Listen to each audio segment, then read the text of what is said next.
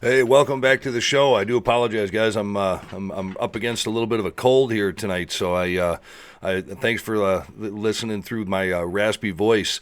Just a little side note too. I'm not going to be on the air tomorrow. I'm going to be watching the election. I might be chiming in every now and again, but the show will resume on Wednesday after we kick Camel Toe Harris and Sleepy Joe Biden the fuck out of the White House.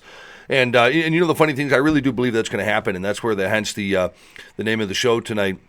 We're going to be talking about 270 to win, my presidential election prediction, which I believe Trump's going to sweep this sucker. I think it's going to be a good one.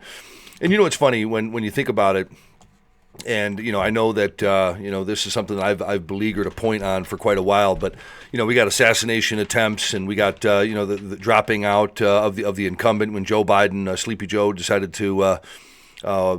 Stagger away the criminal convictions and the record-breaking donation haul of this presidential election. The 2024 presidential election cycle has really been a roller coaster ride, and it's kind of refreshing in a way that we're coming to the end of this one because I really think that there's great things ahead for the United States as long as Trump gets into office. I really honestly I believe that. So, but yeah, we'll see you in a second. Let's get the show going.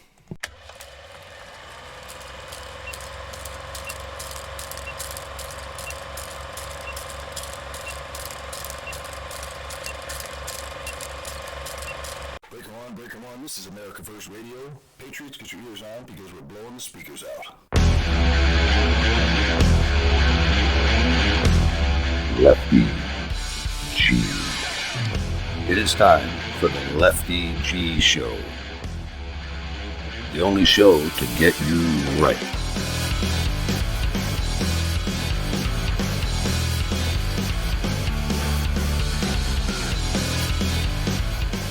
Get ready to get right with Lefty. Your voice taking you down Freedom Road. Now, here's your host, Lefty G.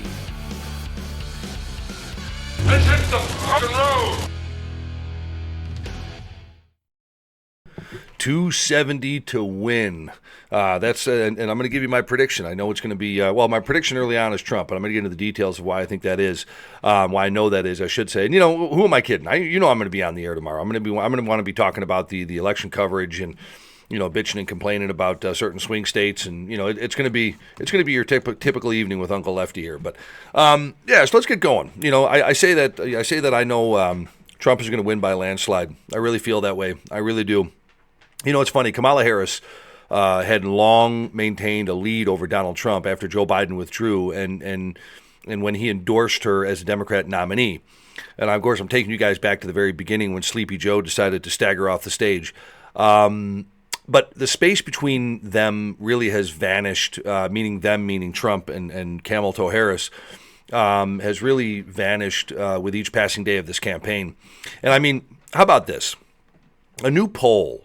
As a side note, there's a couple of polls I'm going to get into tonight, but as a new poll that I just saw right before I went on the show here was from the Israel Democracy Institute, and it shows Arab Israelis, non-Jews, Arab Israelis, like their Jewish counterparts, would prefer to see former President Donald Trump win the U.S. presidential election rather than Vice President Kamala Harris.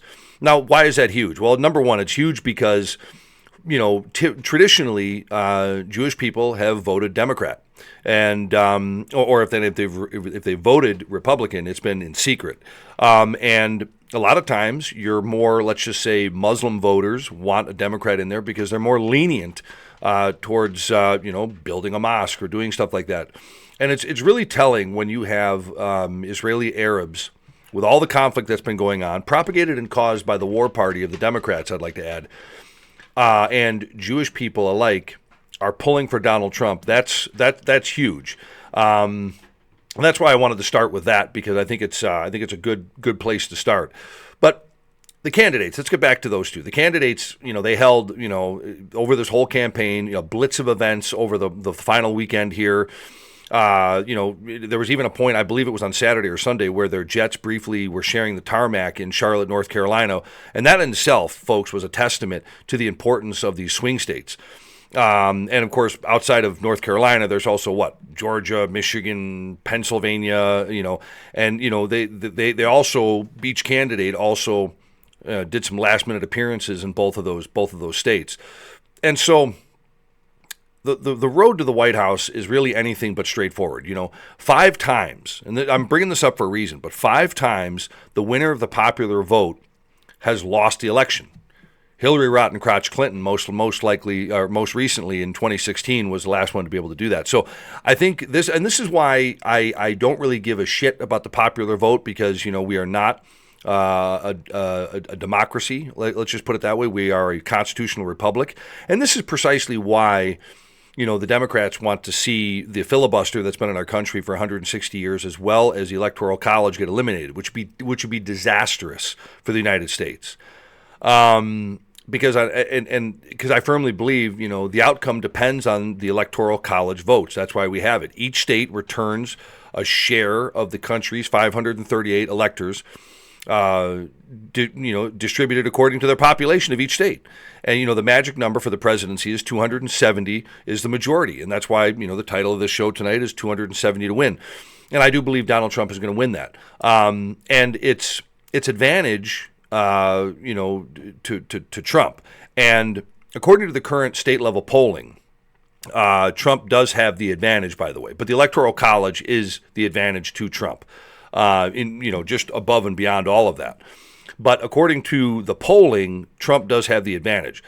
But there's less than, I want to say, a half a point between the candidates for around 80 pivotal electors. So it is still, in some areas, it's still a tight race. In other areas, it's a complete runoff, with Trump looking like he's just gonna blow the doors off of her. And but what have we been really dealing with? What's the one pivotal thing, more than the economy, more than abortion, more than other things that have really separated these two candidates? And it's definitely immigration. Immigration has arguably been the most hot button issue of the campaign. Harris is, bottom line, a failed border czar. You guys have heard me talk about it on the show before. We have illegal immigrants coming over the border like an overflowing fucking toilet. We've got these Venezuelan gangs in places like Chicago. We've got these Venezuelan gangs that are taking over apartment buildings in Aurora, Colorado, and this stuff never happened under Donald Trump previously. So Kamala Harris is a failed border czar. Illegal immigration into this country has never been worse in the history of this country, thanks to Biden and Harris with their open border policies. And think about that. The history of this country, it's never been this bad. When Biden dropped out, his vice president had a net disapproval rating of 16 points. Her inner political popularity has not improved, which in itself is troubling for the Harris campaign, which I could really give a shit about, because you got to remember, when she was campaigning for the presidency, when she dropped out in the second round, she had less than 2% of the delegates. So she's been a sloppy puke, within her own party for a long time. So I think there's a lot of people that don't really mind her seeing her getting ousted. And I think the other issue is vice presidential picks are more about political calculation and aptitude for the top job, But in this particular case, it was kind of interesting. A vice presidential pick, I should say, can really balance out a ticket. They can help moderate a very fiery presidential candidate. They can expand his or her appeal to a broader range of demographic groups or delivery to a key state, and you didn't see that in this one. Not with either one of the candidates. Now, obviously, there's a multitude of reasons why I like J.D. Vance, conservative Marine. Didn't lie about his military service like this other fuckhead. But he's a young guy. He's a 40-year-old Ohio senator. He's also a best-selling author, a Yale-educated venture capitalist, and he's somebody that really partners well up to Donald Trump. Now, I could really give a shit about some of his early gaffes, early comments. I think it was well deserved. But on the other side, his counterpart, his 60-year-old Minnesota governor Tim Walz, stolen valor liar who can't even load a shotgun. He has to be the worst VP pick in the history of any country, United States or not. And the presidential race has been close for the most part, with Vice President Kamala Harris and former President Donald Trump going neck and neck throughout the entire campaign season. I mean, that's just been the fact. However, with tomorrow being where the votes are going to begin to be submitted or finally submitted and calculated, a new poll does show that Donald Trump is winning in a landslide. And this is from Rasmussen.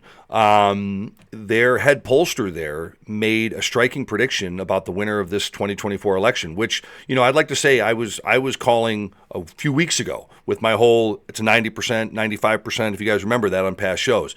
But some guy by the name of Mark Mitchell suggested that Trump will take a significant lead nationally and among critical battleground states, positioning him to win in a landslide. So, what does that mean to me? Well, here's my point of view on that. What you're hearing out there is that the polls are close, meaning as of right now. And I think that's wrong. I don't think the polls are close at all. I think MSNBC, CNN, Public Broadcasting Radio, all the commie think tanks where all the red diaper doper babies sit around their little microphones, wishing into their, whatever. I think that they all know, but they're just going to lie. And after looking at this myself, I see Trump in a landslide victory that would mirror, I'm going to say it right now, Ronald Reagan's historic win against Jimmy Carter in 1980. I'd like to also point out that most people don't care who Kamala Harris is. Donald Trump has a following. Even the people that don't care for him in some of his political rhetoric are leaning towards voting for him because the Biden-Kamala Harris presidency has been a fucking disaster, especially, on the heels of just a few weeks back, Kamala Harris saying that she was going to basically keep doing everything Biden has been doing. So I guess, what I'm going to do before I say anything else, I'm going to also credit a major political realignment as my reasoning for why I think Donald Trump is going to win in a landslide.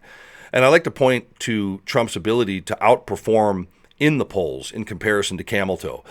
I've been saying it from the beginning that Trump wouldn't suddenly lose his momentum in the polls this close to the election day. It's just not going to happen. That's not the type of person he is. He's a closer. And I'll predict right now that Trump will even shift to the right of the polls in many, if not all, of the swing states. There it is. I think Pennsylvania is still the questionable place, but I think he's even going to do it there too, folks. So there it is. There's my prediction. And here's the thing, and screw those several polls that show Harris in the lead. The fact is, Trump's performance has improved since 2020 and other election cycles as well. Trump is locked in at a Trump +2 national popular vote. There's my other prediction. What do you guys think about that? And pay attention to it. We're you know what? I am going to be back on the air tomorrow. We're going to be talking about that as well. But as a result, think about this. If Trump outperforms his previous national vote and in the battleground states, that means Trump sweeps the swing states. That's a big win. So how do I call it? At worst,